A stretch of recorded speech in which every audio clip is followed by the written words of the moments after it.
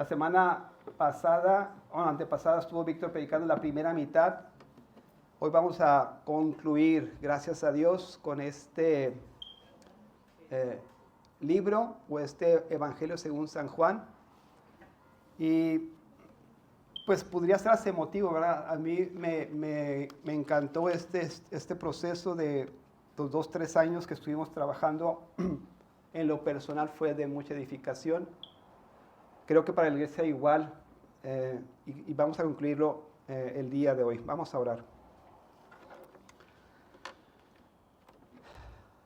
Señor, te damos gracias por este privilegio tan grande, Señor, que nos das de abrir este evangelio, Señor, por estos últimos 2-3 años y poder llegar ahora a concluirlo, Señor. Te rogamos que toda esta enseñanza que hemos recibido, Señor, sea para nuestro provecho, sea para que crezcamos en el conocimiento de nuestro Dios, para que nuestras vidas sean moldeadas y transformadas, Señor, según tus propósitos, según tus planes. Te pido, Señor, que el día de hoy guíes mi mente, guíes mis labios, para que podamos escuchar palabras de Dios, que podamos ver a Cristo glorificado, Señor, a través de esta enseñanza, esta predicación, que podamos ser transformados, quebrantados, convertidos, edificados, Señor, santificados por tu palabra, a través de la exposición de ella. Sea tu Espíritu, Señor, obrando en nuestros corazones, en nuestras mentes, para este propósito. Te lo ruego, en nombre de Cristo Jesús. Amén.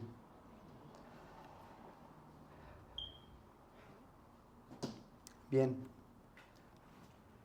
Hermanos, el Evangelio según San Juan, veíamos la semana pasada, termina con una escena que pareciera pequeña, doméstica, casi ordinaria, ¿verdad? Unos pescadores cansados, una noche sin peces, un amanecer a la orilla de este mar. Pero detrás de esa escena hay un drama, literalmente un drama espiritual inmenso.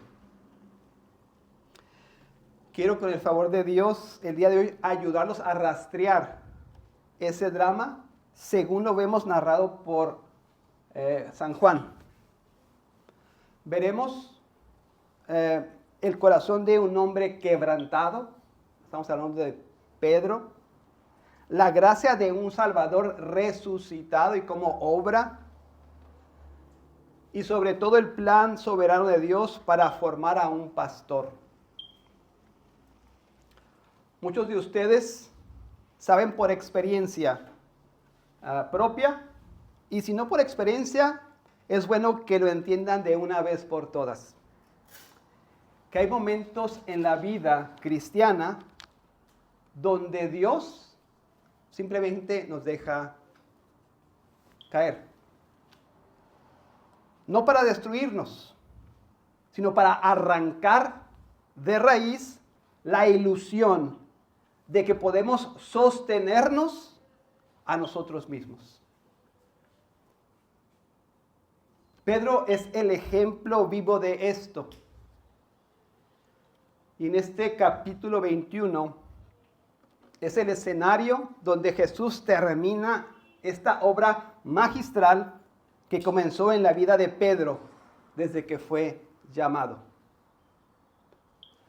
Quiero ayudarlos a caminar juntos por este proceso de Pedro que Jesús orquestó o que Dios orquestó para la vida de esta persona. Vamos a ver desde la autoconfianza, la caída de Pedro en la traición de Jesús, la vergüenza que viene detrás de eso, la huida desobediente de Pedro, el fracaso que veíamos de esta pesca sin ninguno de los peces o sin ningún pez, y finalmente la restauración y consagración de Pedro al ministerio. quiero que vean la fuerza del Evangelio. Y entiendan que Jesús no abandona a los suyos, aun cuando hayan fracasado. Los persigue, los restaura y los envía. Entendemos entonces que Juan 21 es la coronación del mensaje redentor del Evangelio según Jesucristo. Aquí no se nos ofrece un evangelio barato, liviano o superficial. Aquí se despliega la obra soberana de Dios que regenera, que quiebra el orgullo, que derrama bendición y desarma al pecador y lo levanta hasta convertirlo en un adorador. Es el poder que nos transforma en hombres y mujeres cuya vida y cuya muerte apuntan a una sola realidad: la gloria de Dios en Jesucristo.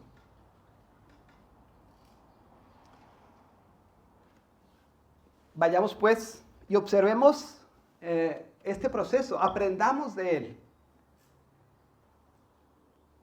A través de la vida de Pedro, y comprendamos, hermanos, que hay sabiduría de Dios en todos estos pasos, en todo este proceso que Pedro atraviesa. Hay propósitos de Dios para este hombre a través de cada una de estas distintas etapas que vamos a estar examinando. Es como una introducción para el punto final, ¿verdad? Lo primero que necesitamos recordar para que tenga sentido lo que sucederá en esta última parte del capítulo 21, y esa es la idea. Quiero que me ayuden a ir como poniendo una imagen en su mente de este proceso que Pedro estuvo viviendo. Primero, véanlo así y traten de pensar un poco, hermanos, también en qué es lo que estaba experimentando Pedro en su vida, en sus emociones, en su mente, en su espíritu. Para que tenga sentido y tenga poder, ¿verdad?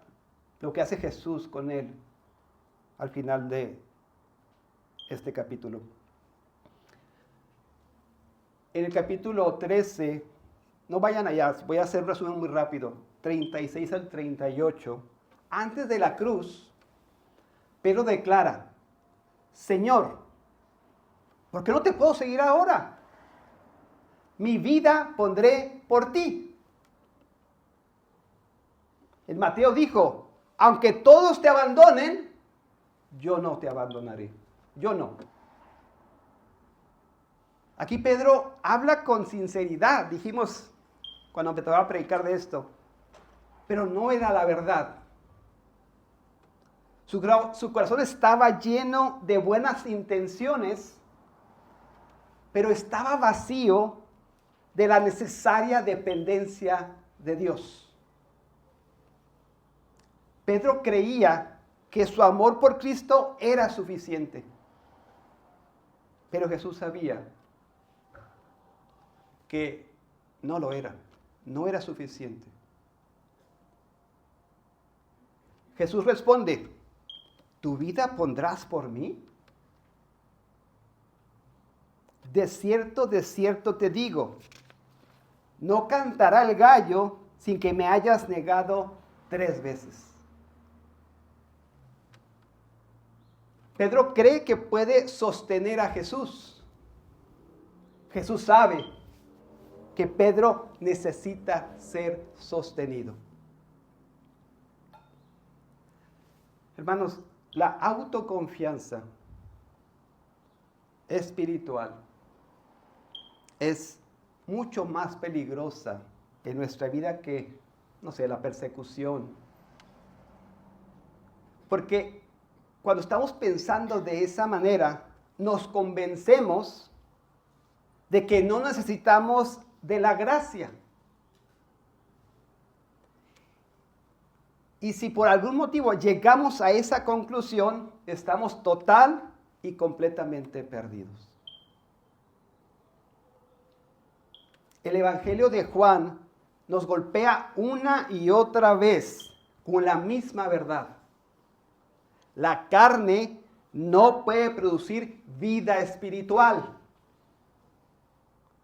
No importa cuán religioso, cuán inteligente, cuán dedicado seas como ser humano, por sí mismo, en tus propias fuerzas, estás impotente. Nicodemo no puede nacer de nuevo por sí mismo. La mujer samaritana no puede saciar su sed por sí misma. Los discípulos no pueden alimentar a la multitud por sí mismos. El fariseo o los fariseos no pueden ver la luz por sí mismos. Lázaro no puede salir de la tumba por sí mismo. Y Pedro no puede ser fiel a su maestro, a su Señor, por sí mismo. Juan nos muestra que la incapacidad humana no es un accidente. Más bien es el escenario donde brilla la gloria de Cristo. Jesús sabe que es exactamente, sabe exactamente quién es Pedro y quién es cada uno de nosotros. Nos conoce. Conocía a Pedro. Sabe que su valentía es frágil, que su lealtad es inestable, que su corazón es más débil de lo que él mismo imagina, hablando de Pedro. Pero lo ama tanto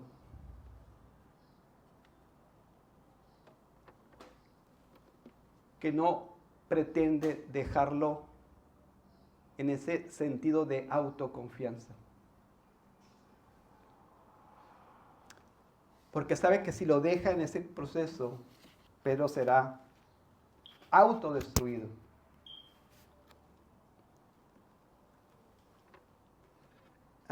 Y por eso Dios, Jesús, tiene un plan soberano con Pedro y con cada uno de nosotros para quebrantarlo.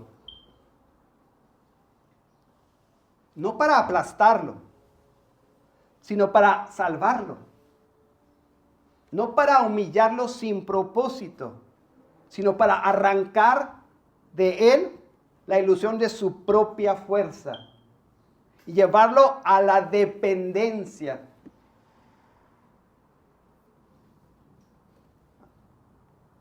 A depender de la fuerza de su Salvador. Bien importante eso que está haciendo Cristo con Pedro y lo hace con nosotros. Pedro debe caer para aprender a apoyarse en Cristo Jesús. Debe llorar para aprender a confiar en su Salvador. Debe ser desarmado para ser útil. Porque solo cuando la carne queda expuesta como impotente, nuestras fortalezas, nuestra inteligencia, solo en ese momento aparece la gracia. Y es suficiente. Ese es el camino de todos los discípulos verdaderos. Cristo nos quebranta para que dejemos de confiar en nosotros mismos y aprendamos a descansar en Él. Ese es el propósito. Y vamos a ver cómo lleva a Pedro en este proceso. Hablo de Pedro porque es el ejemplo bíblico que tenemos, pero aplica a nuestras vidas.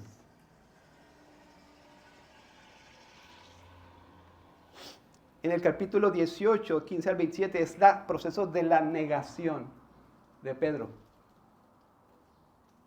Es la caída de Pedro. En mi mente, necesaria para lo que quiere hacer el Señor con Pedro. ¿Recuerdan que en el patio del sumo sacerdote, Pedro niega a Jesús 3 veces? Cuando Pedro niega a Jesús, no solo comete un pecado, sino que, y esto quiero que entiendan, se rompe internamente, se quebranta, su autoconcepción es destruida, sufre. El hombre fuerte, el líder, el valiente, el primero en hablar, el primero en saltar a la acción, ahora es el primero en huir. No se puede imaginar lo que está pasando en la mente de Pedro. Y cuando el gallo canta, Pedro descubre algo que nunca quiso aceptar. No soy quien creía ser. Cuando el gallo canta, Pedro se ve a sí mismo con claridad. La falsa identidad que tiene en su mente se derrumba. Su orgullo se rompe. Su corazón se quiebra. Y eso es lo que nosotros debemos entender. Porque aunque está pasando esto en el nivel físico, en la vida de Pedro, desde la perspectiva divina, ese quiebre es pura gracia. Es pura misericordia. O sea, está experimentando algo terrible en su vida, pero desde la perspectiva divina es un momento de gracia. Dios está obrando en ese hombre para convertirlo, para transformarlo, para que deje de depender de sí mismo, de sus fuerzas. Dios en su misericordia a veces nos lleva a todos a ese punto. No para aplastarnos, sino para mostrarnos, hermanos, que nuestra fuerza no puede sostenernos en este caminar, en este discipulado. Nuestras fuerzas, nuestra fortaleza, no puede ser la base para la misión celestial que tiene para nosotros.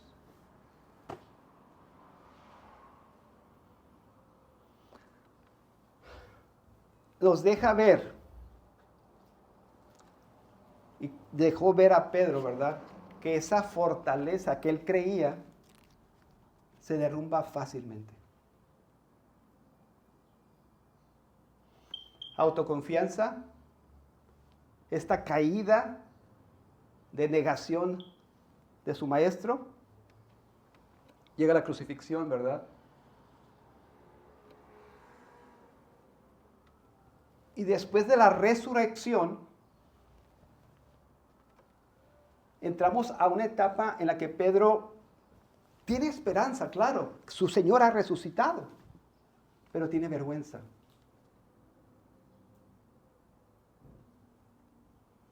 Juan 20 nos abre la escena. Jesús vive, la tumba está vacía, la muerte ha sido derrotada. La historia ha cambiado para siempre. Pero Pedro está atrapado entre dos mundos. Corre al sepulcro, lo vimos, sí. Corre con urgencia, con anhelo, con un rayo de esperanza. Pero no corre hacia Jesús.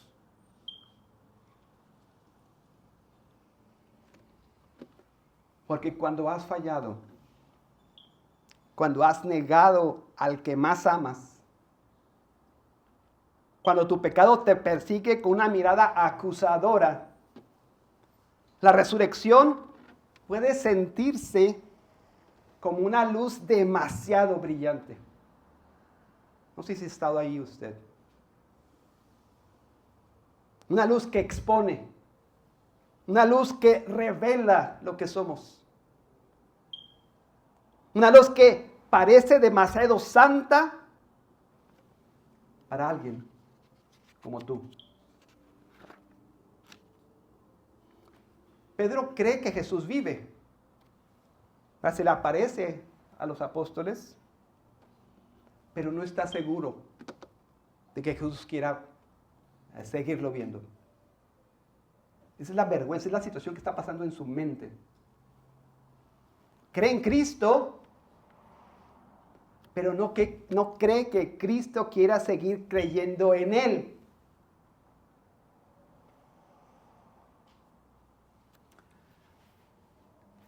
Si lee otra vez esos capítulos, Juan quiere que notemos algo. María Magdalena corre hacia Jesús. Inclusive Tomás toca sus heridas. Los discípulos se alegran al verlo. Pero Pedro permanece en silencio. El líder, el impulsivo, el que siempre habla primero, ahora no dice nada. No se menciona su reacción, no se registra su encuentro inmediato. No es como si algo está pasando en la mente de Pedro. Es como si su vergüenza, perdí mi punto aquí. Es como si su vergüenza lo estuviera opacando. Y eso nos sucede a nosotros. Porque la vergüenza hace eso. La vergüenza puede distorsionar incluso la gracia. Puede hacer que la presencia de Jesús, la misma presencia que salva, nos parezca amenazante. Puede hacer que el amor de Cristo, el mismo amor que restaura, nos parezca inaccesible. Pedro está vivo, pero no está libre. La tumba está vacía, pero su corazón sigue cargado.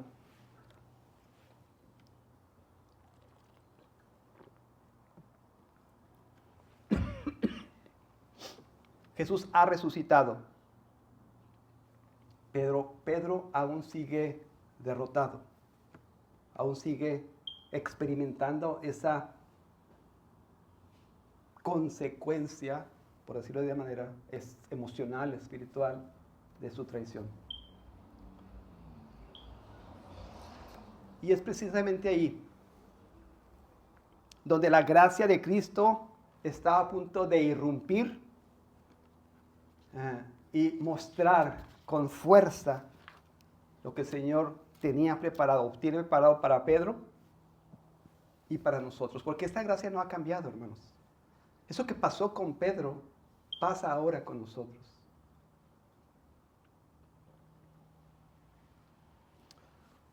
La semana pasada, Víctor, en el capítulo ya 21, llega a un punto crítico de la historia. Porque Pedro dice, en una desobediencia directa, voy a pescar. No sé si pueda imaginar, hermanos, y eso es lo más importante, al menos en mi mente ahorita. ¿Cómo puede llegar Pedro a esa conclusión? ¿Qué está pasando en su mente, en su espíritu, en su interior? Para que pueda decir, voy a abandonar todo. Voy a pescar.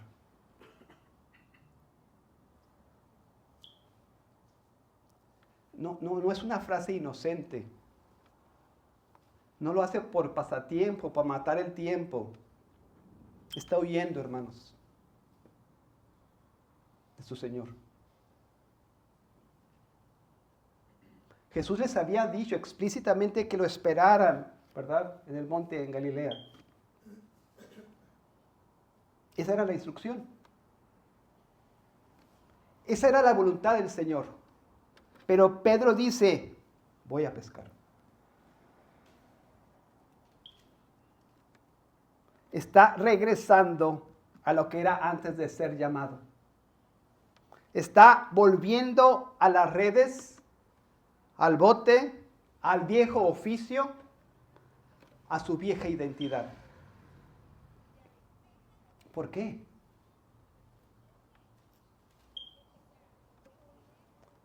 Porque, hermanos, su corazón está diciendo, no sé si sigo siendo útil. No sé si sigo siendo digno. No sé si Jesús todavía me quiere. Así que vuelve a lo que conoce, a lo que puede controlar, a lo que no exige mirar de frente a su vergüenza. Pedro está buscando refugio en lo familiar, porque no sabe qué hacer con su fracaso. No sabe cómo cargar con su negación. No sabe si el maestro todavía lo quiere cerca. Y la verdad, hermanos, es que muchos de nosotros hacemos exactamente lo mismo. Cuando fallamos, cuando pecamos, cuando nos sentimos indignos, cuando la vergüenza nos envuelve, no corremos hacia Jesús. Corremos hacia lo viejo, hacia lo cómodo, hacia lo que no requiere fe,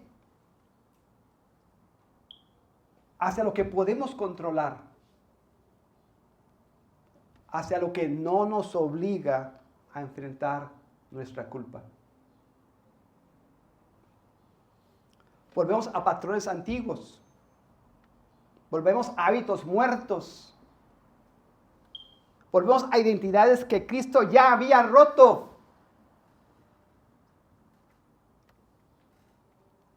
Volvemos a lo que éramos antes de ser llamados. Porque la vergüenza tiene ese poder. Nos convence de que lo más seguro es volver atrás en lugar de acercarnos al Señor.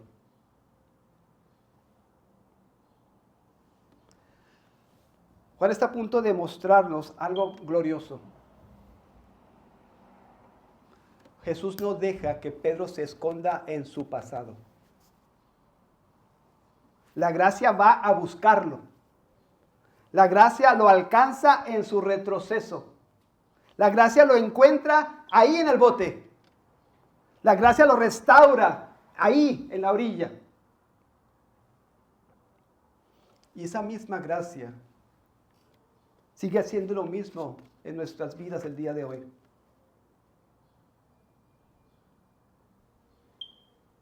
Cuando esté avergonzado, no se aleje de su Señor. Vaya hacia Él. En medio de la vergüenza, Pedro, en medio de esta desobediencia, Jesús sigue obrando en la vida de Pedro. Lo sigue amando, sigue transformando. Aunque Pedro retrocede, Cristo avanza en su propósito. Cristo tiene un plan para este hombre y no lo va a dejar. Pedro se esconde, pero Cristo lo encuentra.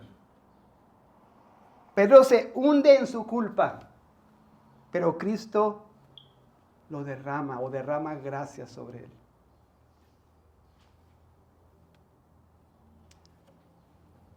La semana pasada Víctor estaba hablando de esto, de este fracaso, ¿verdad? En esa pesca, donde pasaron toda la noche y no pasó nada.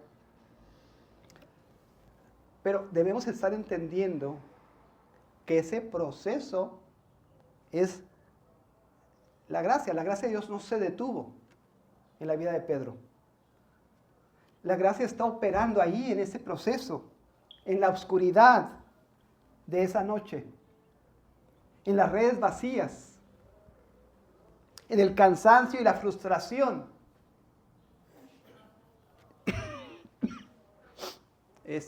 Versículos 3 y 5 nos muestran a Pedro y a los demás pescando toda la noche. Y ni un solo pez. Ni un solo pez. ¿Casualidad? No, ¿verdad? Es soberanía de Dios. Es Dios obrando.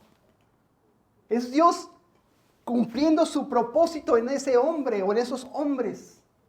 Aún en la oscuridad, aún en esas redes vacías, es Dios en misericordia obrando soberanamente para cumplir su propósito en ese hombre.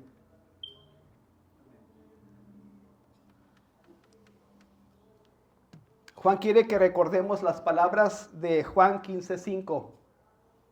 Separados de mí, nada podéis hacer. Separados de mí, dice Jesús, nada podéis hacer. Pedro, hermanos, está aprendiendo esa verdad. No en un sermón como nosotros, sino en su propia carne. Separado de Cristo, no puede ni pescar. Separado de Cristo, no puede avanzar en su profesión. Separado de Cristo, ni siquiera puede volver a su antigua vida. Mucho menos, ¿verdad? Puede cumplir su llamado. Y eso es lo que quiere Cristo, o es el propósito de Dios, ¿verdad? Que Pedro entienda y a través de Pedro nosotros entendamos que separados de Cristo nada podemos hacer. El fracaso de Pedro, hermanos, no es castigo. Entienda eso. Esa noche oscura, esa falta de peces, no es castigo. Es gracia. Es Jesús diciendo, Pedro, sin mí no puedes sostener ni tu vida pasada, y mucho menos la vida futura que tengo para ti. Me necesitas, Pedro. Entiende, Pedro, me necesitas.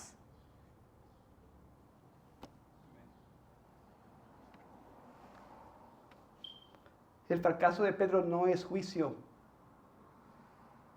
es pedagogía divina. Es el maestro destruyendo la última ilusión de autosuficiencia de Pedro. Bueno, si no le dice como discípulo, pues me voy a lo que ya sé hacer. Otra vez, ¿verdad? Lo que yo puedo hacer, la autosuficiencia. Y Cristo destroza también eso. Ni eso puedes hacer sin mí.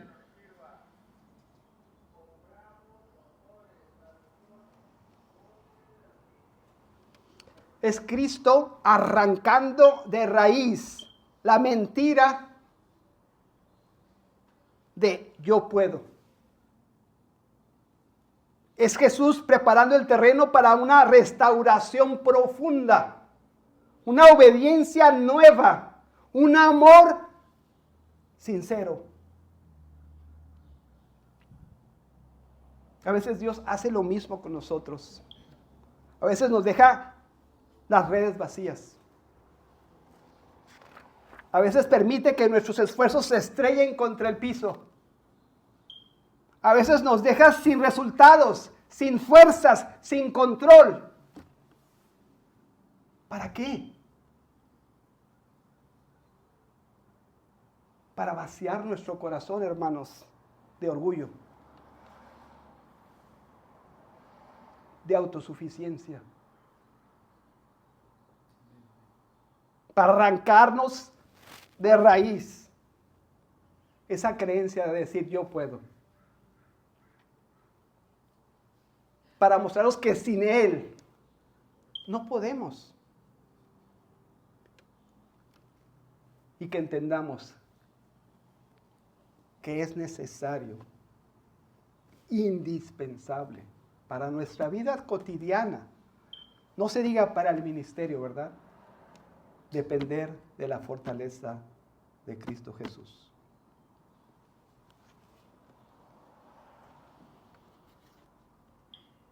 Uh, 21:6.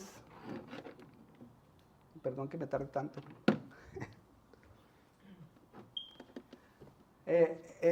Estamos ya 21:6 y 11, rapidito. Juan nos lleva al momento en que Jesús desde la orilla dice, echad las redes a la derecha. ¿Se acuerdan?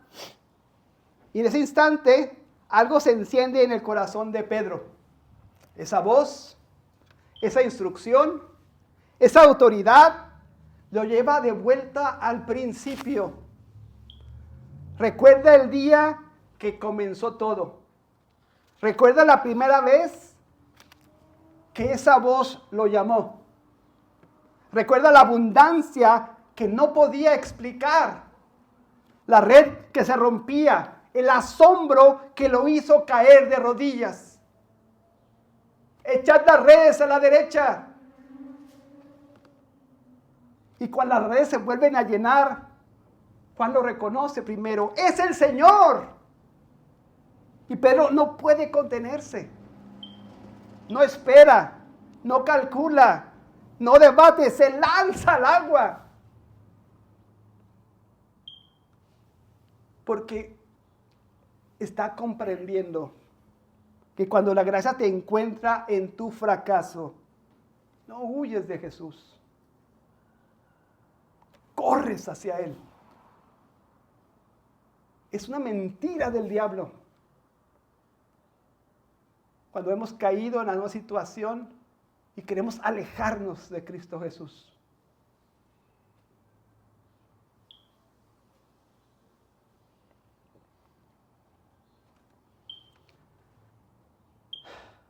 El miedo de Pedro se disuelve, la culpa pierde su poder, la gracia lo está atrayendo.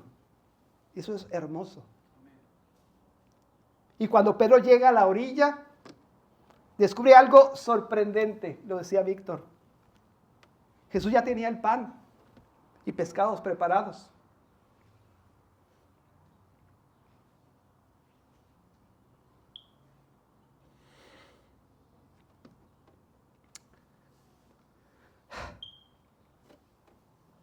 Jesús no necesitaba de Pedro o de lo que Pedro podría traer. Jesús no dependía de esa pesca milagrosa. Él no está esperando que Pedro demuestre nada. Pero aún así le dice, trae de los peces que acabas de pescar. Así es la gracia. Cristo no necesita de su servicio ni del tuyo, pero te invita a participar. Cristo no necesita de tus fuerzas, pero te llama a la obra. Cristo no necesita de tus recursos, pero te hace parte de su misión. Cristo no necesita de tu pesca, pero te permite ponerla en sus manos. ¡Qué grande!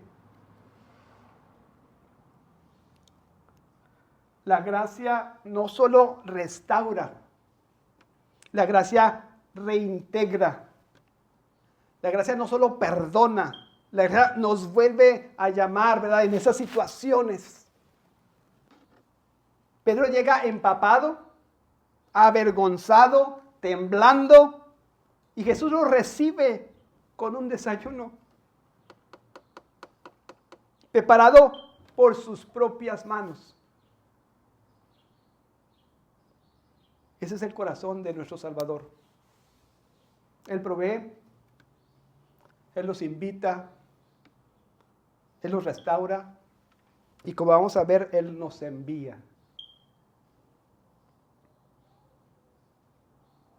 Esa es la introducción.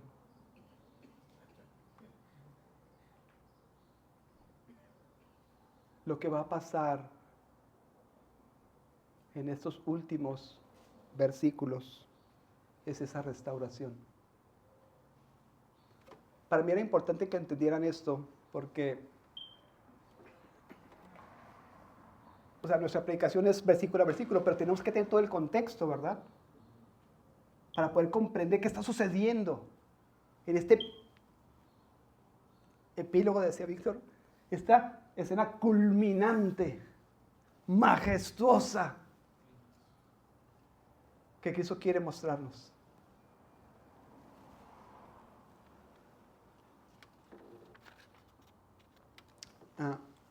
Algo importante es que Jesús no levanta a Pedro con un toque superficial. No simplemente le pone un curita ahí en la herida. Lo lleva al fondo de su herida. Porque en la mente del Señor Jesús quiere levantar a Pedro aún más. La gracia pues no es cosmética, no es como que, no, es quirúrgica. Tiene que quitar todo lo que estorba ahí. La gracia no maquilla nuestra alma. La sana desde la raíz. Leamos Juan 21 del 15 al 25. Voy a tratar de culminar. Juan 21 del 15 al 25. Cuando hubieron comido, Jesús dijo a Simón Pedro: Simón, hijo de Jonás, ¿me amas más que estos? Le respondió: sí, Señor, tú sabes que te amo. Él le dijo: apacienta mis corderos.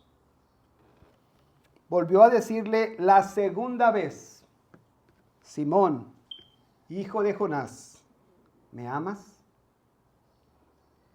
Pedro le respondió: sí, Señor, tú sabes que te amo. Le dijo: pastorea mis ovejas. Le dijo la tercera vez: Simón, hijo de Jonás, ¿me amas? Pedro se entristeció de que le dijese la tercera vez: ¿me amas? Y le respondió: Señor, tú lo sabes todo. Tú sabes que te amo. Jesús le dijo: apacienta mis ovejas. De cierto te digo, cuando eras más joven, te ceñías e ibas donde querías. Mas cuando ya seas viejo, extenderás tus manos y te ceñirá otro, y te llevará a donde no quieras. Esto dijo dando a entender de qué muerte había de glorificar a Dios. Y dicho esto, añadió: sígueme. Volviéndose Pedro, vio que le seguía el discípulo a quien amaba Jesús, el mismo que en la cena se había recostado al lado de él, y le había dicho: Señor, ¿quién es el que te ha de entregar? Cuando Pedro le vio, dijo a Jesús: Señor, ¿y qué de este? ¿Y qué de este? Jesús le dijo: si quiero que él quede hasta que yo venga, ¿qué a ti? Sígueme, tú sígueme. Este dicho se extendió entonces entre los hermanos. Había 6 discípulos, decía Víctor la semana pasada, ¿no? Entre los hermanos, que aquel discípulo no moriría. Pero Jesús no dijo que no moriría, sino, si quiero que Él quede hasta que yo venga, que a ti. Este es el discípulo que da testimonio de estas cosas. Y escribió estas cosas. Y escribió estas cosas. Y sabemos que su testimonio es verdadero. Y hay también otras muchas cosas que hizo Jesús, las cuales si se escribieran una por una, pienso que ni aún en el mundo cabrían los libros que se habrían de escribir. Amén.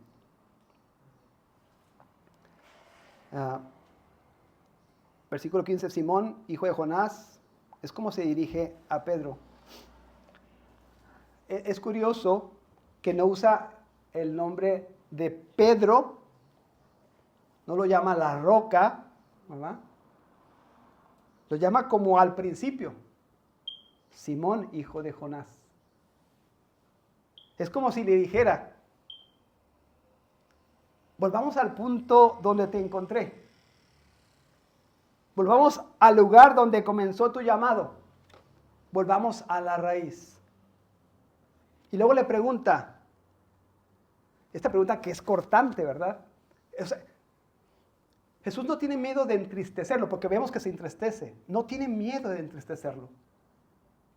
O sea, Jesús va a hacer una pregunta cortante. Su propósito es mayor. Es un cirujano, ¿verdad? Que está obrando y que tiene que hacer en la herida para sacar todo ahí. No tiene preocupación de entristecer a Pedro. La pregunta que corta, esa pregunta que sana, ¿verdad? Porque va hasta la raíz del orgullo de Pedro. Deseaba,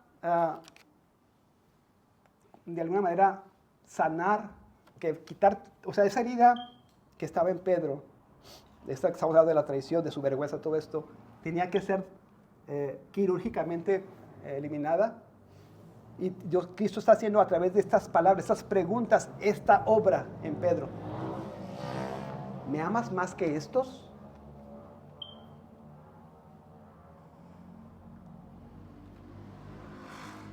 Al principio dijimos que en su autosuficiencia dijo, aunque todos te dejen, yo soy mejor que todos porque yo no te dejaré. Entonces Cristo toma esa pregunta para sanar aquello que hizo en el pasado. ¿Me amas más que? O sea, ¿todavía piensas que me amas más que estos?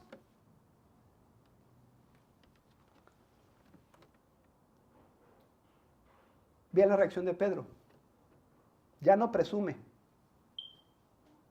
Ya no promete cosas. Ya no se compara con los otros discípulos. Solo dice, Señor, tú sabes que te amo. Ese tú sabes está hablando de la transformación de Pedro.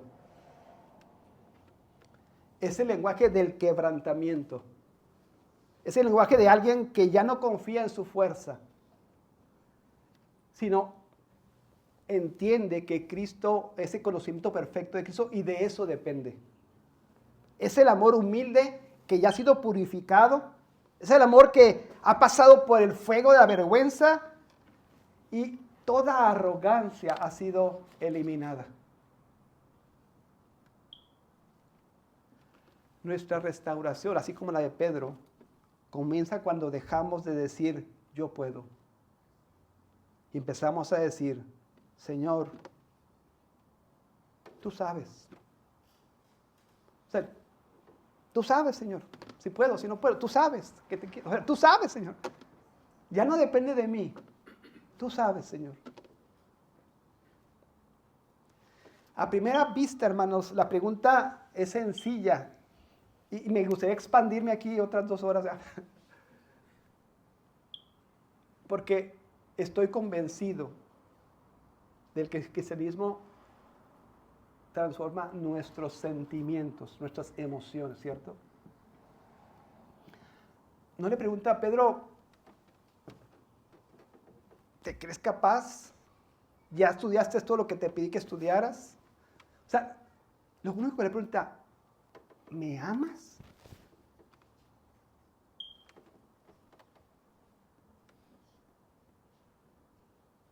Hermano, hermana, ¿amas a Jesús?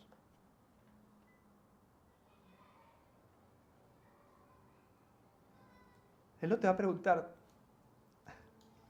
otra cosa. ¿Amas a Jesús? O sea, hermanos, no es, sí, hermano, pues sí, ¿cómo no lo voy a amar? O sea, no, hermanos, ese amor que Él es nuestro tesoro, ¿verdad? Esta pregunta a lo mejor hasta un niño pudiera contestarla. Pero cuando Cristo la pronuncia, esa pregunta se vuelve un abismo, ¿verdad? Es algo enorme. Podemos saber mucho. Podemos hacer mucho. Enseñar mucho. Servir mucho. Dar mucho. Podemos incluso vestirnos de religiosidad. Impresionar a otros. Mantener una reputación impecable. Y aún así, estar espiritualmente muertos.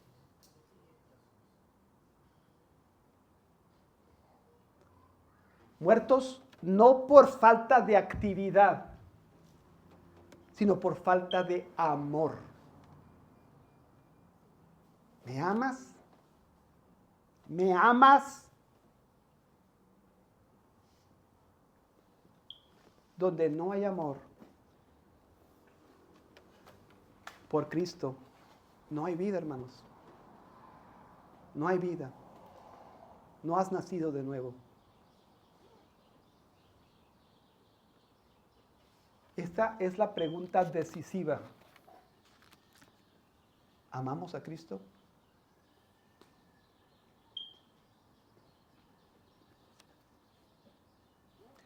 Sin ese amor, nuestro cristianismo se vuelve hueco. Leía una figura como animales disecados. Conservan la apariencia, pero no respiran. Como instrumentos que hacen ruido, pero no música. Mucho movimiento, pero sin corazón. Mucha forma, pero nada de fuego. Nada de pasión. Nada de amor por Cristo.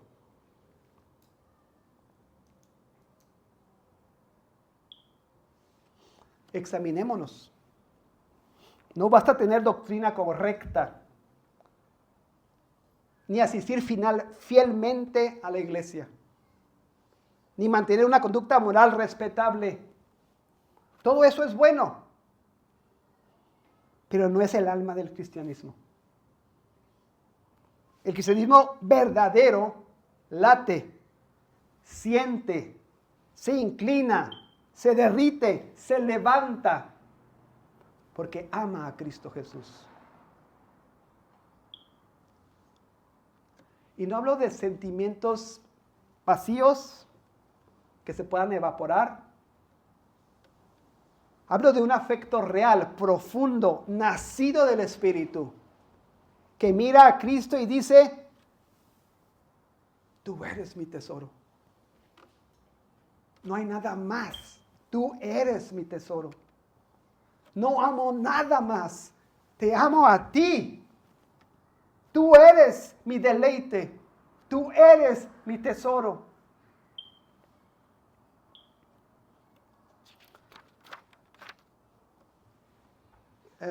la invitación, hermanos, es que no vivamos un cristianismo frío, ¿verdad? A mí me impresiona lo que le preguntó Jesucristo a Pedro, porque hubiéramos pensado en nuestra mente un montón de otras preguntas, pero Cristo nomás quiere saber, Pedro, ¿me amas? Es el requisito en la mente del Señor.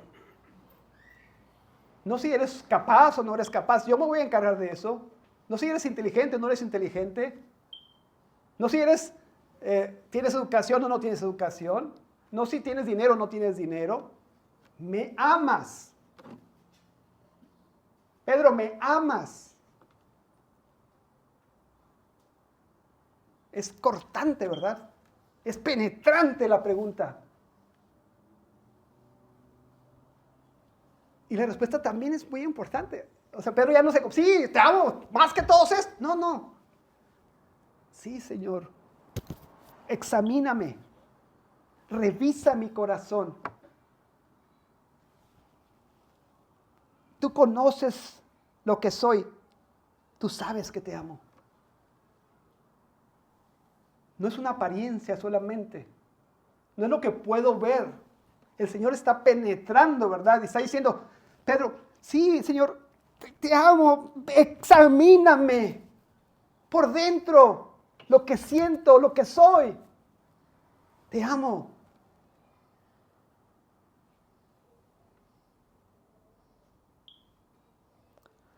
Es importante que no le dice, no te preocupes, Pedro. Todos fallan. No minimiza el pecado de Pedro. No lo pasa por alto. Pero Jesús sí lo está llevando más y más adentro de su fracaso. Con el propósito de sacarlo más y poderlo consagrar ahora a este llamado que tiene para él. Porque le dice, apacienta mis ovejas. O sea, todo eso que les comenté al principio de introducción está sucediendo, transformando, quebrantando, renovando, para que al final pueda Jesús decir, apacienta mis ovejas. El amor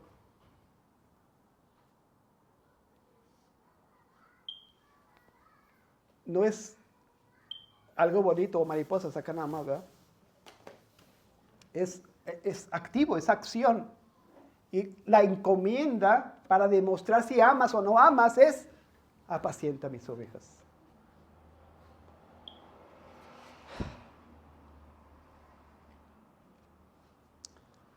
Jesús le pregunta 3 veces. No por duda, sino por su sanidad espiritual y emocional. Jesús está reescribiendo la historia de Pedro. Donde hubo 3 negaciones, habrá 3 confesiones. Donde hubo 3 heridas, habrá 3 restauraciones. Donde hubo 3 caídas, habrá 3 levantamientos. Está reescribiendo y está poniendo... O sea, imagínense los 6 apóstoles que estaban ahí, o los 6 testigos. Oye, este Pedro lo negó. O sea, ¿qué está haciendo aquí este Pedro, no? ¿Qué se cree? Y Jesús está reescribiendo la historia de Pedro para volverlo a poner como líder. Para que no haya duda del llamado de Pedro. Cada pregunta es un descenso más profundo. Cada respuesta de Pedro es una confesión más honesta. Y cada comisión que de Jesús hacia Pedro es una gracia más y más y más abundante. Por eso se repiten. Hubo 3 negaciones y está reescribiendo lo que sucedió. Esa es la gracia.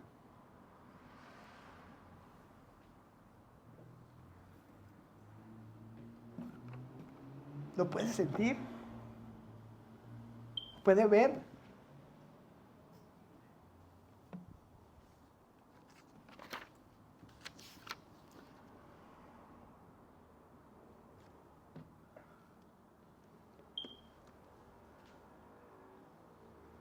La prueba real, hermanos, de que amamos a Cristo es esta. Trabajar por el bien de sus ovejas, día tras día, con paciencia, con constancia, con un corazón que no se rinde.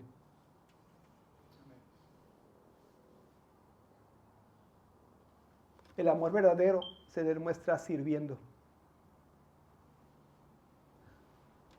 No es un impulso heroico de un instante. No es un gesto que busca impresionar. Es una vida.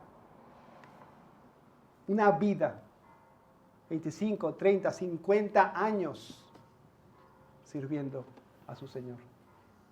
Con paciencia, día con día, hora con hora, crisis tras crisis. ¿Me amas, Pedro? ¿Me amas, Víctor?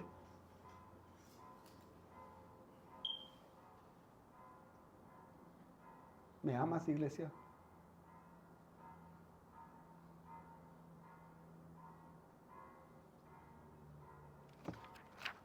Vamos a orar.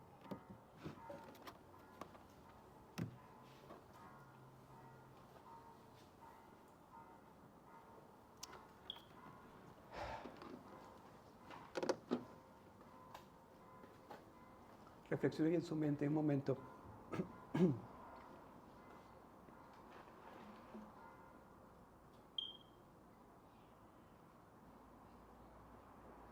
Responda a la pregunta.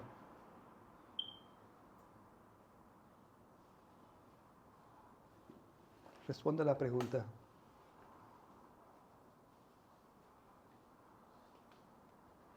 Señor, examina nuestro corazón. No dejes, Señor, que haya simplemente apariencias.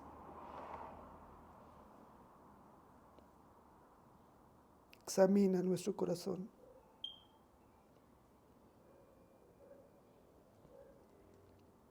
Derrama tu gracia sobre nosotros. Haz este milagro transformador. Que podamos amarte con pasión, con entrega. Reconocemos, Señor, que fuera de ti es imposible. Obra pues en nuestras vidas. Rogamos, sea tu espíritu, Señor, alimentando nuestro espíritu, guiando, Señor, nuestras decisiones, fortaleciendo nuestros esfuerzos, sirviendo, Señor, sacrificando día con día, mes con mes, año con año, para tu gloria y para tu alabanza. En Cristo Jesús. Amén.